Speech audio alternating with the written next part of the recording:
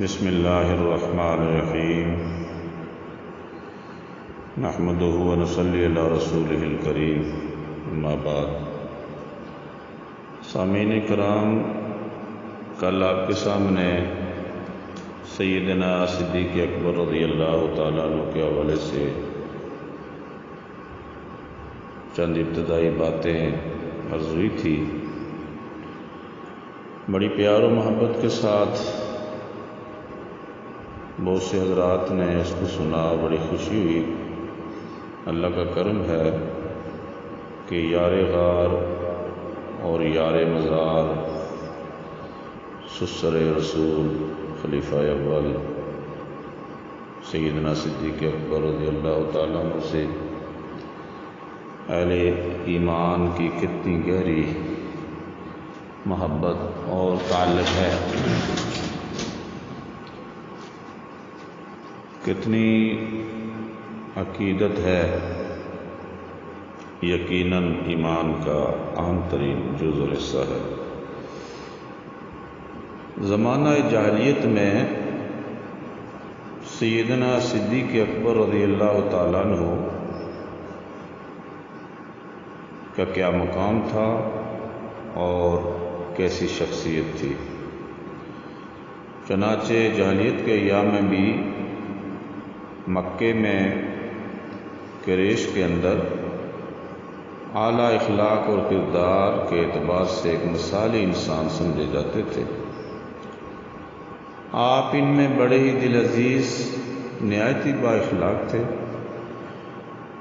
لوگ آپس کے باہمی معاملات کو سیدنا صدیق اکبر رضی اللہ تعالیٰ عنہ کے پاس لایا کرتے تھے، آپ سے فیصلے کرایا کرتے تھے اور آپ سے مشورے لیا کرتے تھے۔ چنانچہ سیدنا صدیق اکبر رضی اللہ تعالیٰ عنہ اس زمانے میں بھی، جاہلیت کے زمانے میں بھی، کبھی آپ نے شراب کو ہاتھ نہیں لگایا، جبکہ اس بات کا علم ہے سب کو کہ اس دور میں شراب عام تھا، اس کو کوئی عیب بھی نہیں سمجھا جاتا تھا، اس کو کوئی حرام بھی نہیں سمجھتے تھے۔ عام جس طرح پانی استعمال ہوتا ہے اسی طرح شراب استعمال ہوتا تھا، لیکن یہ سلیم الفطرت، پاکیزہ سوچ اور پاکیزہ قلب رکھنے والی شخصیت اس زمانے میں بھی کبھی شراب نوشی نہیں فرمائی، بلکہ بتوں کو بھی ہاتھ نہیں لگایا اور بت پرستی بھی سرزد آپ سے نہیں ہوئی۔ جناب ابو بکر صدیق رضی اللہ تعالیٰ عنہ جاہلیت میں بھی بتوں کی پوجا نہیں کرتے تھے۔ وہ ایک دفعہ خود بیان فرماتے ہیں کہ ایک مرتبہ ان کے والد انہیں بتوں کے پاس لے کر گئے اور کہا، دیکھو یہ ہمارے معبود ہیں، تم ان کی عبادت کرو۔ چنانچہ والد یہ کہہ کر چلے گئے تو فرماتے ہیں کہ پھر میں نے کیا کیا، میں نے ایک بت کے قریب جا کر کہا، میں بھوکا ہوں، مجھے کچھ کھلاؤ، تو اس کی طرف سے کوئی جواب نہ آیا۔ میں نے کہا میرے پاس پہننے کو لباس نہیں، مجھے پہننے کے لیے کپڑے دو، لیکن اس نے کوئی جواب نہ دیا۔ چنانچہ میں نے ایک پتھر اٹھا کر اسے دے مارا، جس سے وہ چہرے کے بل نیچے گر گیا۔ چنانچہ یہ عملی طور پر شرک کی مذمت تھی، معبودان باطلہ کی مذمت تھی، اور زمانہ جاہلیت میں بھی آپ توحید پرست تھے۔ صدیق کا لقب کہاں ملا؟ حضرت ابو بکر صدیق رضی اللہ تعالیٰ عنہ وہ صحابی ہیں جنہیں صدیق کا لقب ملا۔ کیوں؟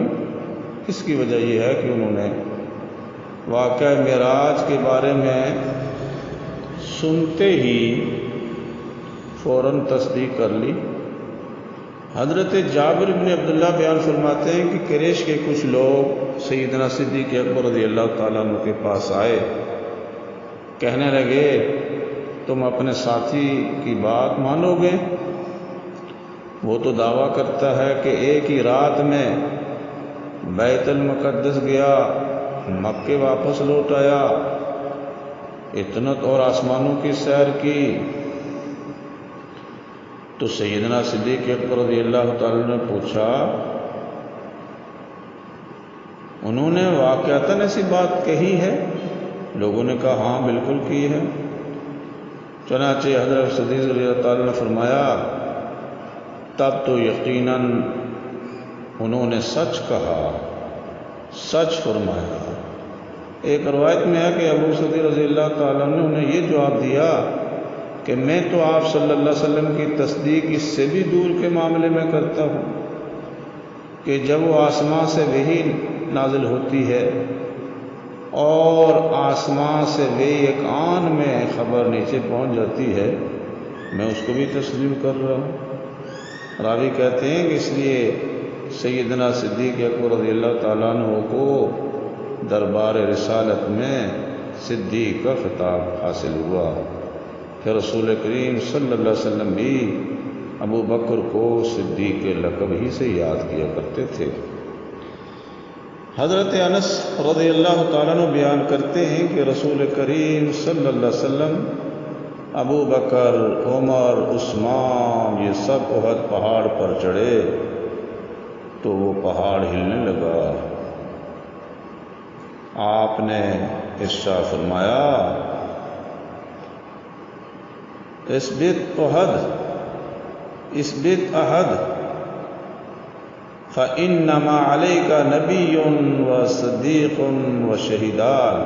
احد پہاڑ تم مت ہلو، ثابت رہو، اس لیے کہ اس وقت تمہارے اوپر ایک نبی ہیں، ایک صدیق ہیں اور 2 شہید ہیں۔ سیدنا ابو بکر صدیق رضی اللہ تعالیٰ عنہ کے فضائل کا شمار کون کر سکتا ہے؟ بعض کا تذکرہ تو آپ سن رہے ہیں اور کتابیں بری ہیں، سیرت کی کتابیں موجود ہیں۔ رسول کریم صلی اللہ علیہ وسلم نے سیدنا صدیق اکبر رضی اللہ تعالیٰ عنہ کو عتیق کا لقب بھی عطا فرمایا، جہنم کی آگ سے آزاد کردہ۔ سیدہ عائشہ بیان کرتی ہیں، سیدنا ابو بکر صدیق رضی اللہ تعالیٰ عنہ رسول اکرم صلی اللہ علیہ وسلم کی خدمت میں حاضر ہوئے تو آپ نے ان سے فرمایا، ابشر فانت عتیق اللہ من النار، خوشخبری ہو، بشارت ہو صدیق، آپ پر تو جہنم کی آگ بھی حرام ہے۔ آپ کا نام خطاب جیسے صدیق ہے ایسے عتیق بھی ہے۔ رسول کریم صلی اللہ علیہ وسلم نے متعدد صحابہ کرام کو ان کے نام لے کر جنت کی خوشخبری دی۔ ان میں تو سر فہرست سیدنا صدیق اکبر ہیں۔ دوستو، اتنی عظمتوں والا، شان والا، رفتوں والا، بلندیوں والا محبوب رسول، محبوب خدا، محبوب امت اور ساری انسانیت میں انبیاء کے بعد بلندیوں کو چھونے والا ایسی ہستی اور ایسی شخصیت کے بارے میں زبان غلط استعمال کرنے والے، میں ان سے تو یہی گزارش کروں گا کہ اپنی تباہی اور ہلاکت سے بچو، آخرت میں جہنم کی دہکتی آگ سے بچو، اور نہ اپنی نسلوں کو تباہ کرو، نہ اپنے آپ کو تباہ کرو۔ دنیا میں بھی تمہاری شکلیں بگڑی ہوئی ہیں، کسی گستاخ صدیق اکبر کی شکل کو دیکھیں، بگڑی ہوئی دنیا میں بھی شکلیں، اور آخرت میں تو تمہارا جو انجام ہوگا تو وہ تو پوری انسانیت دیکھے گی۔ بچو، اپنے آپ کو بچاؤ۔ تمہیں کیوں بغض ہے صدیق اکبر سے؟ تمہیں کیوں بغض ہے عمر فاروق سے؟ تمہیں کیوں بغض ہے عثمان غنی سے؟ اور تم تو حضرت علی سے بھی بغض رکھتے ہو، کیوں؟ اس لیے کہ حضرت علی کے امام صدیق اکبر ہیں، حضرت علی کے امام عمر فاروق ہیں، حضرت علی کے امام عثمان غنی ہیں۔ اور حضرت علی رضی اللہ تعالیٰ عنہ ان تینوں خلفاء سے پیار کرنے والے ہیں، محبت کرنے والے ہیں۔ ان کے ناموں پر صدیق اکبر حضرت علی نے اپنے بیٹوں کے نام رکھے ہیں۔ ڈرو اللہ سے، ڈرو اللہ سے، ایمان کا دعوے کرنے والوں، اسلام کا دعویٰ کرنے والوں، کیوں جہنم کی آگ بن رہے ہو؟ رسول اکرم صلی اللہ علیہ وسلم نے ان عظیم صحابہ جن کا تذکرہ جنت کی خوشخبری دی، چنانچہ حضرت عبد الرحمن ابن عوف بیان فرماتے ہیں رسول کریم صلی اللہ علیہ وسلم فرمایا، ابو بکر جنت میں، عمر جنت میں، عثمان جنت میں، علی جنت میں، طلحہ جنت میں، زبیر جنت میں، عبد الرحمن ابن عوف جنت میں، سعد ابن ابی وقاص جنت میں، سعید ابن زید جنت میں، ابو عبیدہ ابن جراح جنت میں۔ انشاءاللہ کل بھی اسی حوالے سے تذکرہ ہوگا۔ اللہ تعالیٰ ان عظیم ہستیوں کی محبت ہمیں عطا فرمائے۔ وما علینا الا البلاغ۔